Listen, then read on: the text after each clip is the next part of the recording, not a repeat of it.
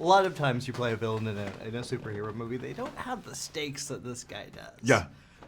Talk about playing this character and having that kind of bond Yeah. that this guy does and the reasons he has. Yeah, you know, it's really a treat to be able to play a character in a universe like this where the scale is going to be epic and everything is done on an epic proportion.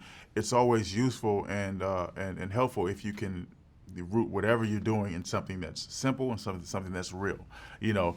And it's really a gift that that the writers have given this character, because you make your goal something simple and something specific, and you know what it is, and then I can do anything I want to do from there, because it's all rooted in something that's truthful and something that's relatable to the viewers and to the audience as well. And I think when you have that, that's a really good formula for a guy like Black Manta, and making him likable and understandable. Yeah, exactly. Yeah. Now, did you know a lot about this character beforehand, before you got the role? Nah, man, I didn't know anything about comics. I didn't know anything about Black Manta or anything like that at all.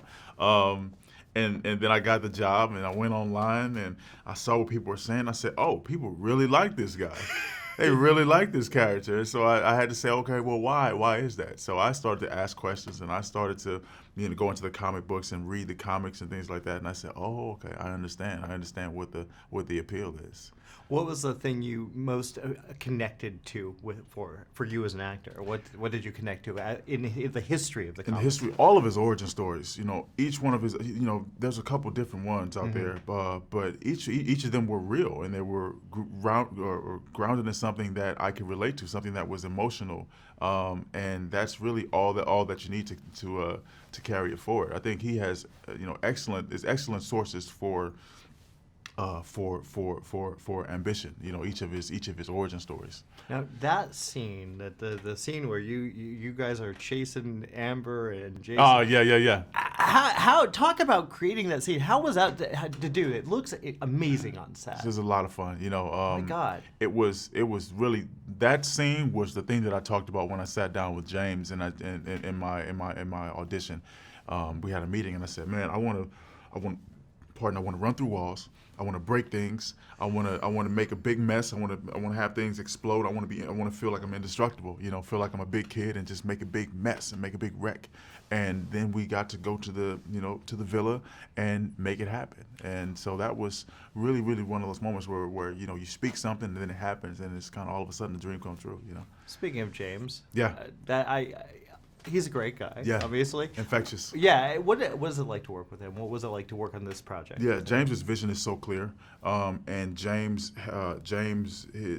excitement was infectious, and he almost couldn't stay in his seat when he's talking about the movie and he's talking about the character, and so you really just have to lean forward and say, you know what, I'm gonna come to the level that you're operating on so that we can make this thing happen. So it was really an exercise in trust and imagination, and really leaning forward and seeing how we can make something that was really cool and awesome.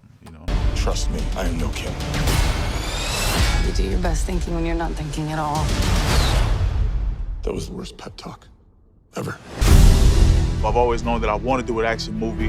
I get to be a big kid on the playground and cause trouble, blow things up.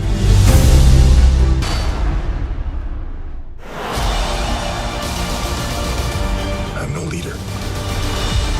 I came because I have no choice. I came to save my home and the people that I love. You think you're unworthy to lead because you're of two different worlds. But that is exactly why you are worthy. That was awesome. The war is coming to the surface, and I'm bringing the wrath of the seven seas with me.